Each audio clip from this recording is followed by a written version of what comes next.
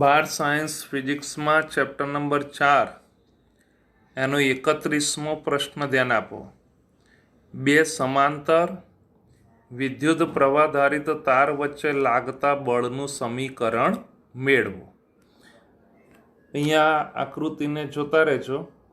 આકૃતિમાં એકબીજાથી આ ડી અંતરે રહેલા બે લાંબા સમાંતર વાહક તારો એ અને બી, આ એક તાર ના બીજો તાર એ અને બી દર્શાવ્યા છે, જેમાંથી અનુક્રમે આઈ એ એટલે પહેલા તારમાંથી આઈ એ અને બીજા તારમાંથી આઈ બી પ્રવાહ પસાર થાય છે, જે આકૃતિમાં અહીંયા દર્શાવેલ છે, જોઈ શકાય. હવે વાહક તાર એ દ્વારા વાહક બી ઉપર દરેક બિંદુએ સમાન ચુંબકીય ક્ષેત્ર બી એ ઉત્પન્ન થાય છે. ટૂંકમાં પહેલા તારમાંથી એટલે એ તારમાંથી પ્રવાહ પસાર થાય અને એના વડે ઉદ્ભવતું ચુંબકીય ક્ષેત્ર એ સમગ્ર બી તાર એમાં સમાન રીતે લાગુ પડે છે. પડી ખબર? તો જમણા હાથના અંગૂઠાના નિયમ પ્રમાણે આ ક્ષેત્રની દિશા નીચે તરફ હોય છે, કેમ કે પ્રવાહ અને ચુંબકીય ક્ષેત્ર એ બંને એકબીજાને લંબ રૂપે. હવે બળ આમ લાગે, પ્રવાહ આમ લાગે એટલે ચુંબકીય ક્ષેત્ર એ એને લંબ થયું ને, એટલે બધા એકબીજાને કેવા થયા? લંબ. એટલે કહેવાય કે જમણા હાથના અંગૂઠાના નિયમ પ્રમાણે આ ક્ષેત્રની દિશા નીચે તરફ હોય છે. આ ચુંબકીય ક્ષેત્રનું મૂલ્ય નીચેના સમીકરણ ઉપરથી મળે. કયું છે? તો આમ રેગ્યુલર સૂત્ર પેલું બી બરાબર યાદ આવે તો mu 0 I upon 2 pi r ને. તો અહીંયા એનું એ છે, જોઈ લો. એમાં ચુંબકીય ક્ષેત્ર ઉત્પન્ન થાય એટલે બી એ બરાબર મ્યુ 0 આઈ એ થાય, બરાબર. એમાંથી વિદ્યુત પ્રવાહ પસાર થાય અપોન 2 પાઈ અને એમની વચ્ચેનું લંબ અંતર અહીંયા આર, તો અહીંયા કયું? ડી આપેલું છે એટલે ડી પ્રમાણે, એટલે બી એ બરાબર mu 0 I A upon 2 pi D. આને આપણે સમીકરણ નંબર 1 તરીકે ગણીએ. હવે આ ચુંબકીય ક્ષેત્ર બી એ એના કારણે વિદ્યુત પ્રવાહ આઈ બી ધરાવતો સુવાહક એની દિશામાં ચુંબકીય બળ એફ બી એ અનુભવશે. એમાંથી વિદ્યુત પ્રવાહ પસાર કર્યો એટલે એમાં ચુંબકીય ક્ષેત્ર ઉત્પન્ન થયું, એમાં થયું ને, એટલે એ ચુંબકીય ક્ષેત્ર આ બીજા તાર એમાં ચુંબકીય બળ લાગુ પડે.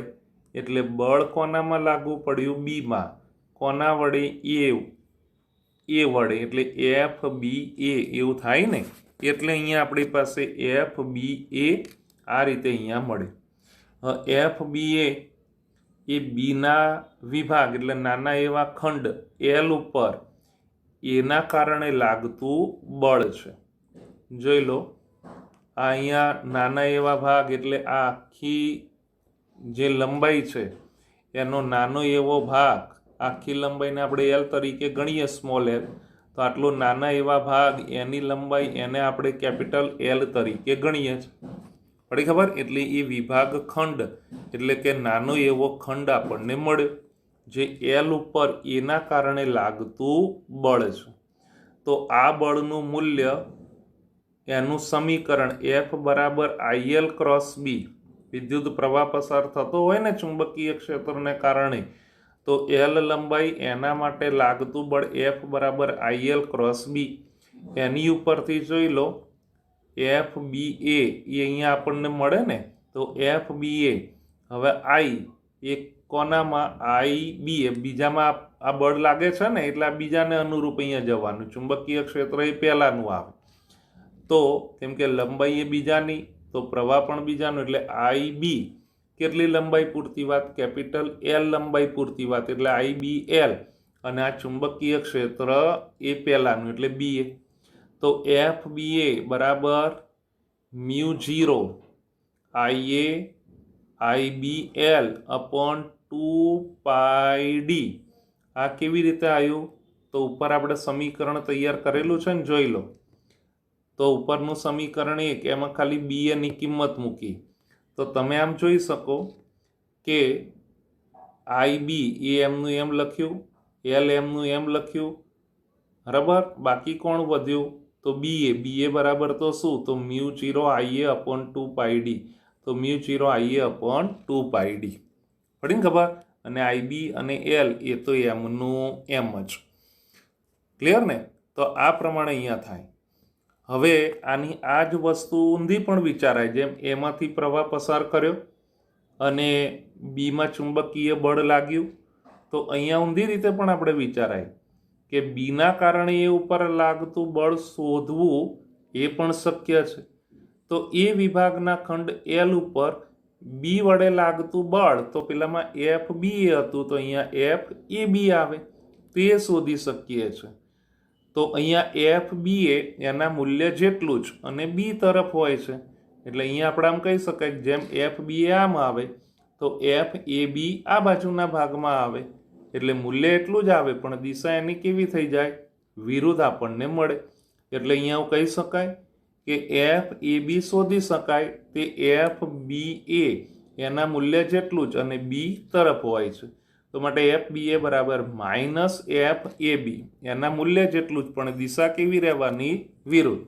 જે કોના નિયમ અનુસાર? તો ન્યૂટનના ગતિના ત્રીજા નિયમ અનુસાર એના જેવું જ છે. તો એક જ દિશામાં વહેતા વિદ્યુત પ્રવાહો એકબીજાને આકર્ષે છે, જ્યારે વિરુદ્ધ દિશામાં વહેતા પ્રવાહો એકબીજાને અપાકર્ષે છે. આ ધ્યાન આપી લેજો, બહુ અગત્યનું આ વાક્ય છે. વિદ્યુત ભારમાં એવું લાગે કે સમાન હોય ને એમની પ્રત્યે અપાકર્ષણ, અસમાન હોય એમની પ્રત્યે આકર્ષણ. પણ અહીંયા વિદ્યુત પ્રવાહો એ એક જ દિશામાં વહેતા હોય તો આકર્ષે છે, અને વિરુદ્ધ દિશામાં વહેતા હોય વિદ્યુત પ્રવાહો તો એકબીજાને અપાકર્ષે છે. બહુ અગત્યનું છે આ વાક્ય, ધ્યાન આપી લેજો. તો આમ સમાંતર વિદ્યુત પ્રવાહો આકર્ષી અને પ્રતિ સમાંતર વિદ્યુત પ્રવાહો અપાકર્ષી હોય છે. સ્થિત વિદ્યુતના નિયમ કરતાં આ નિયમ ઉલટો છે. મેં હમણાં જ કહ્યું એમ, સમાન વિદ્યુત ભારો એકબીજાને અપાકર્ષે, તો અહીંયા સમાન દિશામાં મળતા વિદ્યુત પ્રવાહો આકર્ષે, એટલે ઊંધું થયું ને એકબીજાથી. તો અહીંયા આપણે કહી શકાય કે સ્થિત વિદ્યુતના નિયમ એના કરતાં નિયમ ઉલટો છે. સમાન વિદ્યુત ભારો એકબીજાને અપાકર્ષે છે, જ્યારે સમાંતર વિદ્યુત પ્રવાહો એકબીજાને આકર્ષે છે. પડી ખબર? એટલે બંને એકબીજાથી વિરુદ્ધ થયા, ઉલટા થયા એવું આની ઉપરથી કહી શકાય. સમજ પડી? ક્લિયર આટલું? ઓકે.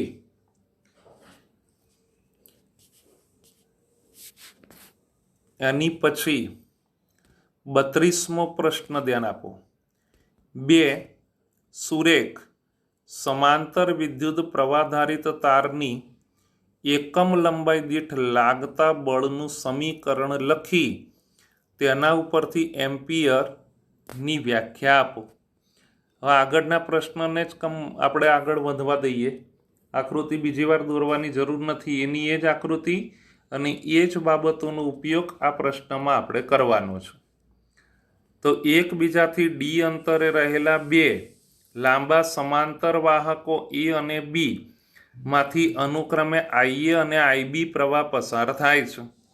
તાર એ અને બી એના કારણે તાર બીની L લંબાઈ દીઠ લાગતું ચુંબકીય બળ નીચે પ્રમાણે આગળ આપણે તૈયાર કર્યું એનું એ જ આ સમીકરણ પરથી લખ્યું. FBA બરાબર μ0IA/IB L/2πd તરીકે મળે. હવે એકમ લંબાઈ એટલે L બરાબર દર લંબાઈ, એટલે એક એકમ લઈએ તો એકમ લંબાઈ દીઠ લાગતું આ બળ FBA વડે દર્શાવીએ. એટલે આવું કહેવાય કે એકમ લંબાઈ દીઠ લાગતું આ બળ એને આપણે સ્મોલ FBA વડે દર્શાવીએ. તો જોઈ લો, હા, આ સ્મોલ f. તો ફરતી એકમ, જો અહીંયા થયું ને, આ જમણી બાજુ જોતા રહેજો, એકમ આ લંબાઈ દીઠ લાગતું બળ, એટલે એ આપણને સ્મોલ FBA તરીકે મળે. તો સ્મોલ FBA બરાબર શું થયું? F/L, એટલે આ L ને આમ છેદમાં લઈ જવો પડે એટલે સ્મોલ f થઈ ગયું ને. પડી ને ખબર? એટલે FBA બરાબર mu 0 IA IB upon 2πd. જોઈ લો આઈએલ નીચે જતો રહ્યો, સમજ પડી? એટલે એ સ્મોલ એફ એ અહીંયા મળ્યું. આ સમીકરણનો ઉપયોગ વિદ્યુત પ્રવાહના એકમ એમ્પિયર એને વ્યાખ્યાયિત કરવા માટે થાય છે, જે વિદ્યુત પ્રવાહનો એસઆઈ એકમ છે. તો ઉપરના સમીકરણમાં એટલે સમીકરણ નંબર 2 એમાં જો અહીંયા IA બરાબર IB બરાબર 1 એમ્પિયર લઈએ, એકબીજાનું અંતર D બરાબર 1 મીટર આપણે લઈએ, તો અહીંયા રહેશે શું? તો જો ધારો મ્યુ 0 બરાબર તો 4.10⁻⁻7 ટેસ્લા મીટર પ્રતિ એમ્પિયર છે જ રેગ્યુલર. તો FBA હવે મ્યુ 0 એટલે 4.10⁻⁻7 બરાબર. આને જોતા રહેજો.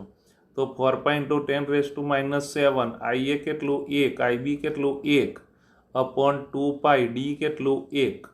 સમજ પડી? એટલે અહીંયા કેટલા આવશે? તો આ 2 રહે ને ખાલી, તો 2 × 10⁻⁷ ન્યૂટન એના જેટલું બળ આપણને મળે. તો આની ઉપરથી વ્યાખ્યા આ રીતે મળે એમ્પિયરની કે 2 ખૂબ લાંબા, આગળના પ્રશ્નમાં આકૃતિ હતી ને જ, 2 ખૂબ લાંબા સુરેખ અવગણ્ય આડછેદો ધરાવતા, અહીંયા આડછેદના ક્ષેત્રફળને આપણે ધ્યાનમાં લેતા નથી, તો અવગણ્ય આડછેદ ધરાવતા શૂન્યાવકાશમાં, શૂન્યાવકાશ જ ને તો જ આપણે આ મ્યુ 0 લઈ શકાય. શૂન્યાવકાશમાં એકબીજાથી 1 મીટર અંતર એટલે D બરાબર 1 મીટર એટલે D બરાબર 1 મીટર એટલે એકબીજાથી 1 મીટર અંતર થયું. મૂકેલા તારમાંથી જે સમાન વિદ્યુત પ્રવાહ એટલે અહીંયા વિદ્યુત પ્રવાહ કેવા સમાન, એના માટે બંને વાહકો પર એકમ લંબાઈ દીઠ લાગતું બળ એટલે FBA એકમ લંબાઈ દીઠ લાગતું એ બળ થયું કહેવાય. 2 × 10⁻⁷ ન્યૂટન હોય તો દરેક તારમાંથી પસાર થતો વિદ્યુત પ્રવાહ 1 એમ્પિયર છે તેમ કહી શકાય. આ સૈદ્ધાંતિક વ્યાખ્યા છે. વ્યવહારમાં આ વ્યાખ્યા માટે પૃથ્વીના ચુંબકીય ક્ષેત્રની અસર નાબૂદ કરવી જોઈએ તથા ખૂબ લાંબા તારની જગ્યાએ યોગ્ય ભૌમિતિક આકારના ઘણા આંટા ધરાવતા ગૂંચળાનો ઉપયોગ કરવો પડે.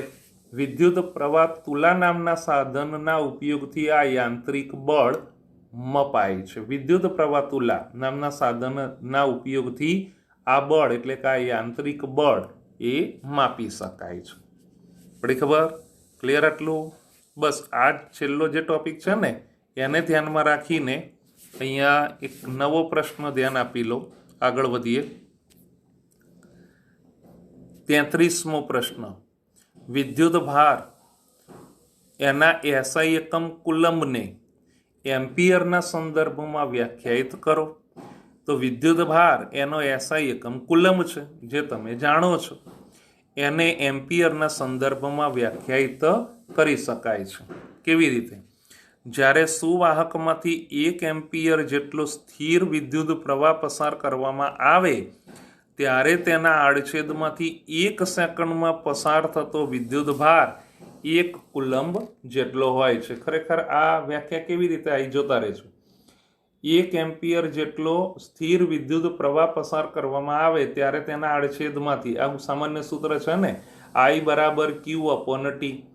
હવે આડછેદમાંથી 1 સેકન્ડમાં એટલે T બરાબર 1 સેકન્ડમાં પસાર થતો વિદ્યુત ભાર 1 કુલંબ એના જેટલો હોય છે. ક્યારે? જો I બરાબર આપણે 1 એમ્પિયર વિદ્યુત પ્રવાહ પસાર કરીએ ત્યારે. એટલે આપણે કુલંબની વ્યાખ્યા આપવાની છે એમ્પિયરના સંદર્ભમાં. એટલે કહેવાય કે 1 એમ્પિયર જેટલો વિદ્યુત પ્રવાહ પસાર કરવામાં આવે એટલે I બરાબર 1 એમ્પિયર, ત્યારે તેના આડછેદમાંથી 1 સેકન્ડમાં એટલે T બરાબર 1 સેકન્ડમાં પસાર થતો વિદ્યુત ભાર 1 કુલંબ જેટલો હોય. I બરાબર Q અપોન T એનો ઉપયોગ કરી અને આ વ્યાખ્યા આપણે આપી શકાય. સમજ પડી? ક્લિયર આટલું? ઓકે.